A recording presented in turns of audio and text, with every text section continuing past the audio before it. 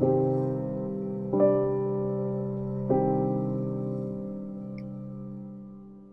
listening to Seasoned with Salt.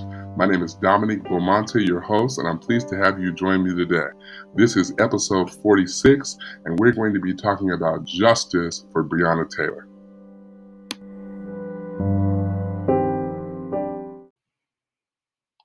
Let me start by saying that as a Black man, as a Black person, I feel like it is my obligation to defend, to support, to cover, to love Black women. And that is the premise for which I decided that this podcast episode was necessary. You may be following the case of Breonna Taylor, but I want to assume that not everybody who is listening to this podcast is abreast of exactly what is going on. I want to first say that irregardless of the news that a settlement has been reached between the City of Louisville and the family of Breonna Taylor, we still should be saying her name. I want to read for you a quote from Breonna Taylor's mother, Tamika Palmer, who says the following: "As significant as today is, it is only the beginning of getting full justice for Breonna. It's time to move forward with the criminal charges because she deserves that and much more. Her beautiful spirit and personality is working through all of us on the ground. So please continue to say her name. Please continue to say her name." What we have learned in the last few days is that a settlement between the City of Louisville and Breonna Taylor was reached. That settlement we believe to be in or around $12 million. According to the news records, that $12 million will be paid by the city in the amount of $500,000, and then there's insurance that'll pay $5 million per occurrence every year. Another $2 million will come from self-insured retention fund, and then $4.5 million will come from the Louisville Metro General Fund. In addition to what is being called a substantial cash payout, the settlement includes police reform, such as, but not limited to, a requirement that commanders approve all search warrants before they go to a judge. We're going to talk about that. That housing credits for officers who agree to live in the city for which they work should be provided. And then pursuing the authority for drug and alcohol testing of officers involved in any shooting. I want to first share how angry I feel when it comes to discussing how to make right the wrongful death of Breonna Taylor. I think it's also important for us to know that Breonna Taylor's family does not believe that a cash payout is the same as justice. You've seen people say that, and I think it's important to debunk that ideology because that's not the case. I also think it's important for us to have an intense conversation about what it actually means to honor the life and the Black body of Breonna Taylor beyond whatever it is that the family decides to do, which is completely their business. It's also important for us to recognize that any and all of us, any and all Black women, anybody is subject to this level of scrutiny and violence and murder, no matter where you live.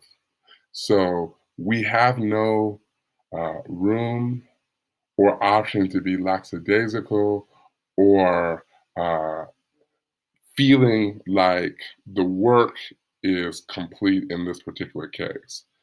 I'm relieved that the family of Breonna Taylor feels as though that 12 million or how much ever it is adequate compensation for her death. But I'm not happy that we have to endure this continuous precedent where systems of power get to use the resources that they have as damage control rather than undoing this system of racism that we have seen built over time. I think that with regard to the quote unquote massive reform of the police department, it's baffling to me that people who perpetuate and substantiate the violence against the Black people in general, and particularly Black women, get to then be the same people that turn around and say that they are key to the way that systems are reformed. That's like, in my book, asking a drug addict to become their own drug counselor, to be their own counselor, their own means for healing. Like, I it to me, it baffles me. And what really we should be thinking about, what really we should be talking about, is how we stop this cycle of power, how we stop these systems that tend to protect themselves, and how we make a statement that no matter how much money the payout, we really would rather have you respect and honor Black lives. I think that that's most important. $12 million will run out. $12 million will come and go for this family. What they will never be able to retrieve is the life of Breonna Taylor. They will never be able to get that back. There is no price tag on the life of Black women. There is no price tag on the life of Black people in general. And so we must revisit this.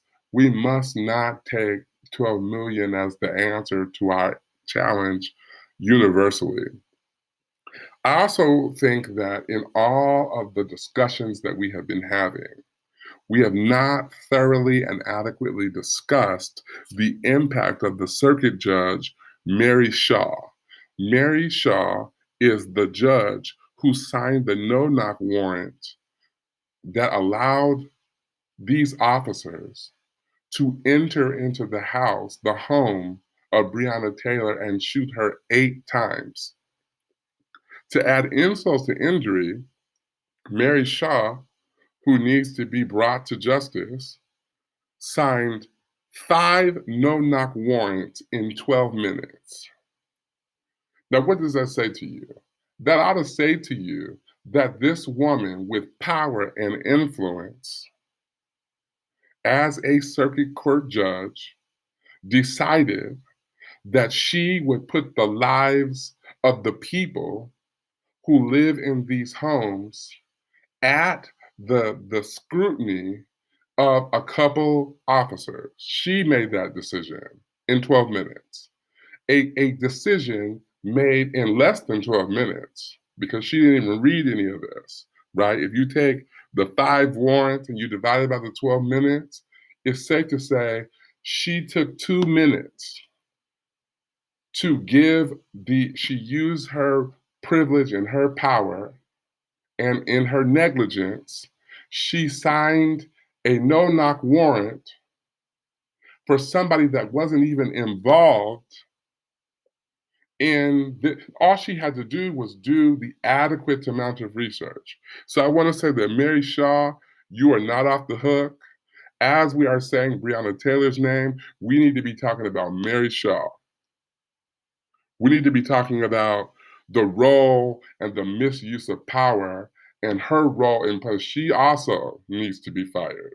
She also needs to be investigated if she has not already. The second thing is we allow these systems We allow these systems to have us having discussions about the criminal history of victims, right? Like, oh, what did Breonna Taylor do wrong? Release her records. Now, we dumbfoundedly are so disconnected sometimes from the truth that we allow these systems to have to enter just small non-contextual information into these discussions, and then we build a theory on these non-contextual pieces of information, and we use them to essentially kick our own selves in the knee. Case in point, we were comfortable with being uninformed about who Breonna Taylor's boyfriend is. And we let news blurbs about Breonna Taylor's ex-boyfriend that she's no longer with, inform this entire conversation about her current boyfriend who took out his gun to defend her. Now, the second thing that we allow the media to make us believe to be true is that this Black man protecting his woman after his home had been broken into via a no-knock warrant for no reason, we say, oh, he shot an officer. What information, what credible information do we have to prove that this Black man shot anybody? We don't even have that information. Listen, the USA Today did a fact check on this information, and this is what they wrote. Kenneth Walker, Breonna Taylor's boyfriend, does not dispute firing one round inside of the of his apartment at what he said he thought to be intruders. Intruders, no-knock, plainclothes police officers entering into your home. That's almost the same thing in the middle of the night. There is no evidence, however, that Mattingly, the officer, was shot by anyone other than Walker. And attorneys for Walker and Taylor's family haven't disputed the claim. We rate the claim that the police officer involved in the death of Breonna was injured by friendly fire false because it's not supported by any research. It's not substantiated by any research. So this idea, there's not even this clear, we don't even have a clear picture of who actually shot this officer, right? So we have all these myths out, right? We're confused about who Breonna Taylor's boyfriend is, and so we're blaming some boyfriend that's not the boyfriend. We're using the boyfriend's criminal past to make assumptions about who Breonna Taylor was, right? So we have all of these false narratives that we allow to create, but at the same time, the officer that shot 10 rounds into Taylor's apartment, Brett Hankerson, is an individual who several women, do you hear me? Several women have claimed that he has participated in some level of sexual assault against them. So here is a man who, according to several women, lacks respect for women in general. And we decide to protect this man, but not the men, whether it be Breonna Taylor's current boyfriend or her ex-boyfriend, from the role that they are allegedly playing in all of this. To me, like, it's almost like we shoot ourselves in the foot. I also think that as we are pursuing justice and as we continue to say the name of Breonna Taylor, we have to remember again that this could have been any of us. Because when you take into consideration how systemically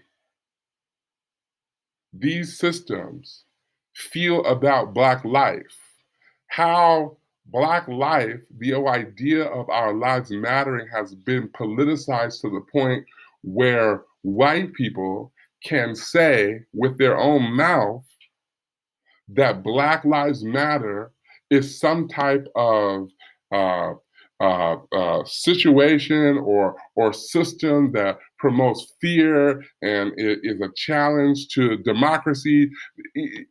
This is where our world is. And so when we continue to speak the name of Breonna Taylor, we are not just saying that we want justice in Kentucky. We are saying that we want justice everywhere and that we want to talk about what it means to wear a bias, whether that bias attached to your privilege and your power, to wear that bias into situations where you bring harm to Black life. And if we refuse to say the name of Breonna Taylor continuously until justice is given to her family, then what we are saying is essentially we are okay with this continuing to happen to Black women, with this continuing to happen to Black men. We're saying that that's okay. And this is not a call to action to just Black people. This is a call to action to everybody, because we cannot allow for this to continue to happen. And we cannot sit comfortably in this idea that there will be police reform when the people who are responsible, quote unquote, for this reform are the same people that perpetuated violence against Black bodies. How are you gonna save yourself? How are you gonna fix a problem that you created? We gotta do better. We gotta do better. We gotta care about who's on these juries.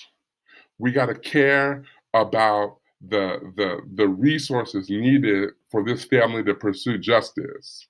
We can't be caught off guard by believing that they're just gonna get a $12 million check in the mail either. And then we have to be just as concerned about the life of Breonna Taylor as we are concerned about the lives of Black women every day who are subjected to violence in this very way, right? We got to do that. As a Christian, it would be a complete disregard to the teachings of Jesus Christ to ignore the realities of what is happening in our world and to brush it off as a political scheme or to brush it off as somebody else's business. The first thing we have to do as believers is we have to pray. We have to pray for real reform that doesn't just do something for future police departments and future communities, but that addresses the ill-informed bias, the inclination towards violence toward Black bodies. That has to be addressed amongst the people who are currently in these departments. And then we cannot forget about the Mary Shaws. We need to ask God to help those that have these places of privilege, these major responsibilities, to take serious their jobs. And when we get done praying, we have to call these people to the ring. We have to challenge our local officials. We have to challenge our local systems of government to take a look at what happened in Kentucky and what happened in all the states where Black bodies have been illegitimized. And we have to say that reform should not begin when something happens. It should start now, right? And the work that we do, whether it be in prayer and definitely through action, because the Bible tells us that faith without works is dead. The work that we do doesn't just protect the legacy of Breonna Taylor, but it protects our own legacy, the legacy that we expect for our young daughters and sons to continue. I think that's our responsibility. And the thing that we must do is stay informed.